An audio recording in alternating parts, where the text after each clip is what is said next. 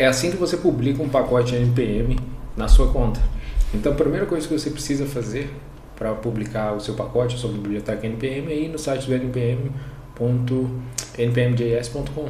Então você entra lá, provavelmente a primeira interface que você vai cair é essa daqui. E aí você precisa fazer login com a sua conta. Eu já estou logado com a minha conta aqui, mas você vai fazer login. Se eu não me engano, tem como você fazer login direto com o GitHub. E aí você vai entrar na sua conta e vai conseguir criar um pacote. Eu estou aqui no meu perfil, já tem um pacote publicado, vocês podem ver. Foi atualizado há 6 dias atrás. Isso aqui não é a data de publicação, é quando foi atualizado a última vez. E para fazer o seu pacote, a primeira coisa que você vai precisar criar antes de publicar o seu pacote é vir aqui em Access Tokens. E você vai precisar criar um token de acesso. Então você vai precisar vir aqui, se você não tiver nenhum token criado ainda, neste caso tem 2 aqui, você pode vir aqui, criar um novo token. Ele vai pedir a sua senha aqui, deixa eu colocar minha senha. E você dá um nome para o seu token, é um nome único, né? Um unique name, uma descrição, é opcional. Isso aqui é importante você colocar. Ele tem a opção de Bypass Two-Factor Authentication. O porquê que seria importante você marcar isso aqui?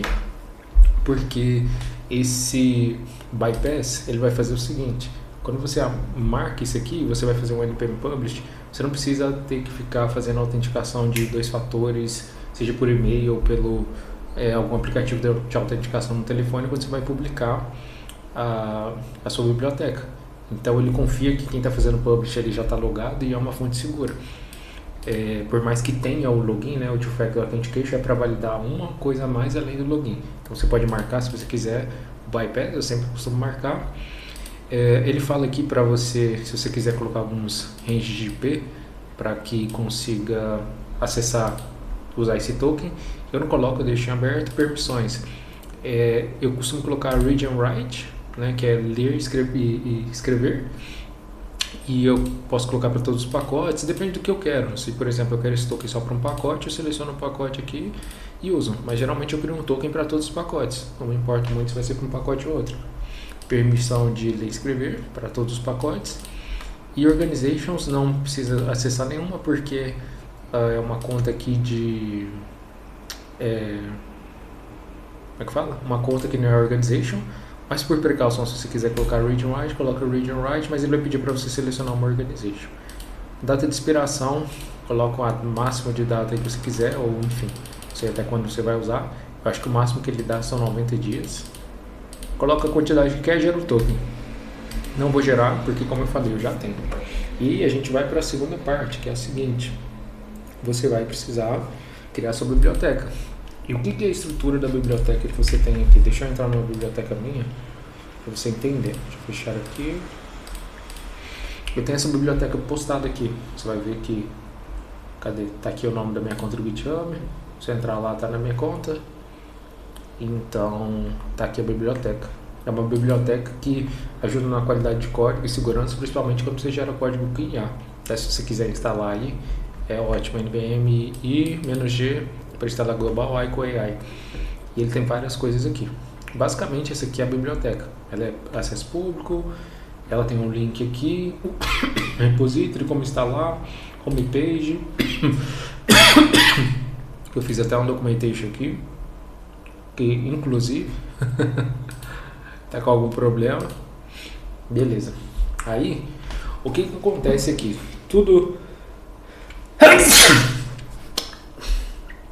Todas essas informações que você está vendo aqui são do README, né? Então, na biblioteca que eu criei, ela tem um README. Então, essas informações que eu coloco aqui no README é exatamente isso aqui que a pessoa vai ver quando entrar na tela da biblioteca. Então, você precisa configurar um README na raiz do seu projeto e tudo que tiver aqui, ele vai aparecer lá na página inicial da sua biblioteca.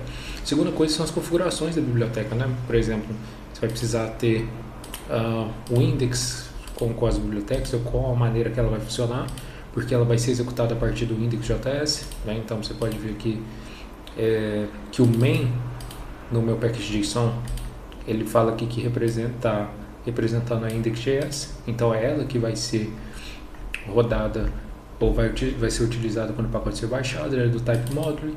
Aqui eu tenho a versão 1.1.2, nome da biblioteca e alguns bins aqui que eu rodo.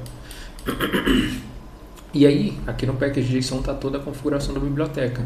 O que eu preciso? Eu preciso do type module, preciso do name, que é um unique name, porque esse é o nome da biblioteca na hora que a pessoa for fazer a instalação e utilizar ela. Type module, versão, sempre que você for publicar uma nova versão você tem que atualizar, ele não aceita publicar as mesmas versões. Esse bin aqui são alguns atalhos que ele tem para quando for rodar um npm install, por exemplo, npm install ICO ou ICO AI. Os dois ele entende como está compilando o index.js. Esse keywords aqui, esse description é a descrição da biblioteca no npm. Deixa eu ver se eu acho ela aqui. Achou, beleza. Keywords são algumas palavras de busca. Quando a pessoa for buscar pela biblioteca por referências, ela vai ter essas keywords, que são essas aqui. Beleza? Você pode ver que são exatamente essas. De resto, a configuração é a mesma. JavaScript com várias coisas aqui, inclusive. É um arquivo JavaScript gigante de quase 1000 linhas. E demais, o que você precisa aqui? Eu criei esse arquivo .npmrc para colocar o meu token lá. Eu não vou entrar nele porque o meu token está lá dentro, mas se você quiser dar uma pesquisada em como é a estrutura de um arquivo npmrc, mas ele basicamente é um texto com token. Então, ele é bem tranquilo de você achar e configurar se você quiser colocar o token que você gerou lá dentro. Beleza? Se não, o que acontece? Quando você for fazer a publicação da sua biblioteca, tem algumas coisas. Você vai precisar primeiro fazer o login, né? Então, o npm login você rodaria. Você tem que ter o npm instalado, obviamente. Ele vai pedir para fazer o login. O meu já está logado, não sei como que ele vai se comportar aqui. Pedir uma autorização no e-mail. Deixa eu conferir aqui.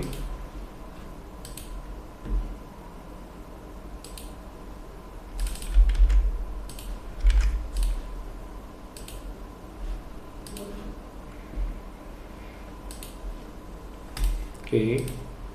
Então, o login foi feito. Aí, uma outra coisa que você deve fazer, por exemplo, quando você for gerar sua biblioteca, você pode gerar uma tag, alguma coisa, npm tag, algo do tipo. Ou você pode simplesmente vir aqui, se tiver tudo certo, as configurações estiverem certas, package.json, package.lock, etc, tiver tudo certo, você vai vir aqui, vai ter certeza que está numa versão certa. Por exemplo, se eu tocar aqui para 1.3, eu venho rodo npm publish. E aí ele vai rodar o script de publicação na minha biblioteca. Soltou a versão, tem um release lá, e se eu quiser colocar tags e etc, eu consigo. Então, se eu voltar aqui na minha biblioteca, no meu pacote, tá aqui, 1.1.3, foi atualizado há alguns segundos. Beleza? Então, basicamente é isso. E aí você faz a biblioteca do jeito que você quiser, com os scripts do próprio JavaScript. Essa biblioteca aqui, por exemplo, ela tem vários métodos. Então, ela tem alguns métodos para criação de spinner, terminal, etc.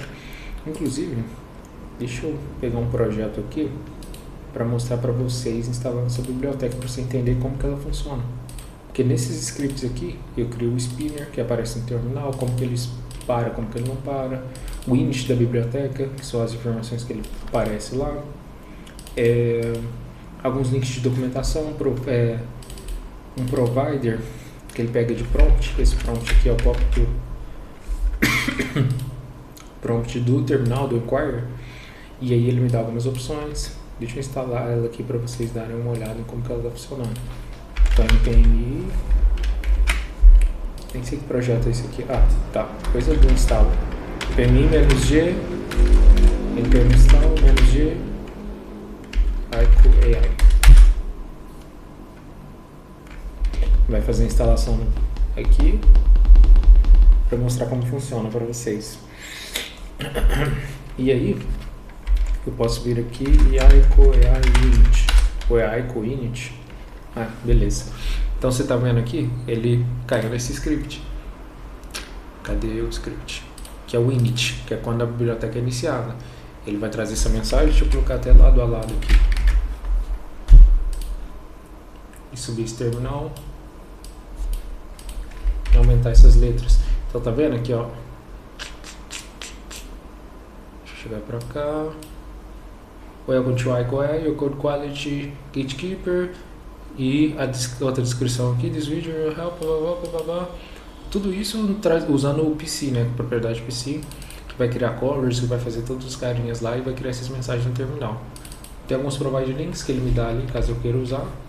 E aí ele pergunta, ele pede para eu selecionar um modelo, né? E os modelos são aqui: which AI provider you would like to use, Grok, OpenAI, DeepSeek, Olhama. Deixa eu colocar o Grok aqui. Nem sei se tem uma chave de APIs, vou escrever qualquer coisa. Pede para escolher um modelo. Os modelos são baseados naquilo ali, na carinha que você vai selecionar. O primeiro provider é o Olhama, senão ele vai pedir sem API key. Modelo default Olhama. O que mais que ele cai aqui para mim? Aí ele pergunta aqui, fala que as configurações são salvadas globalmente. E pergunta se eu quero usar o IcoAI como um GitHook, né? Por exemplo, eu vou dar um push, alguma coisa assim. Se eu der OK, ele dá um início no Husky, que é uma outra biblioteca que faz essa configuração e controle de Git. Então, por exemplo, se eu dar OK, ele faz o setup do Husky, setting up Husky. E setting up Husky. Tá rodando esse aqui, npx Husky init. Fazendo as configurações, tal. Pergunta se eu quero instalar, claro. E aí depois que ele terminar, ele deve aparecer isso aqui. Ico is ready to use, next step, set up team rules, review your code, enfim. Vamos ver aqui, eu acho que ele já está terminando. Husky não é uma lib tão pequena. Vamos ver o que ele vai aparecer.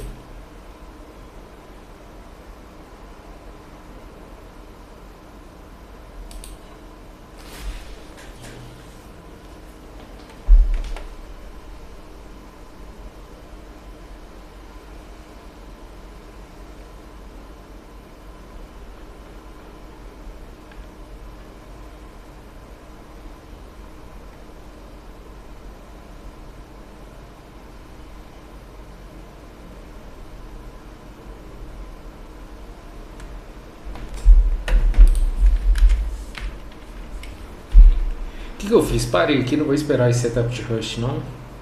Tava demorando demais. E aí ele caiu aqui no Ico is ready to use. Aí depois ele fala se eu quiser setar o Husky manual, eu posso fazer também. Ico is ready to use, next step, set up tuning rules. E ele dá esses steps aqui, essas opções que eu posso seguir. Beleza? Então, por exemplo, se eu quiser aqui Ico init eu já rodei? Já, Ico rules init. Ou por exemplo, quais outros comandos que eu tenho? Ico help. Ele me dá alguns comandos, então Ico review, Ico commit ele gera um script de commit para mim, se eu tivesse alguma coisa para comentar, né? Ico security scan, e tudo isso ele usa a chave de API da minha IA para fazer isso daí. Fechou? Beleza? Então, basicamente é isso, é assim que você publica a sua biblioteca e daí depois você consegue soltar versões, etc. Você pode vincular ela com o repositório GitHub, que é ideal que seja assim. Você pode depois colocar ela como um pacote dentro do GitHub, então você vê aqui em Packages, você consegue publicar ela como um pacote, eu não fiz nesse ainda. E é isso aí, espero que esse vídeo tenha te ajudado, não esqueça de deixar o seu like, se inscrever para mais vídeos relacionados à programação.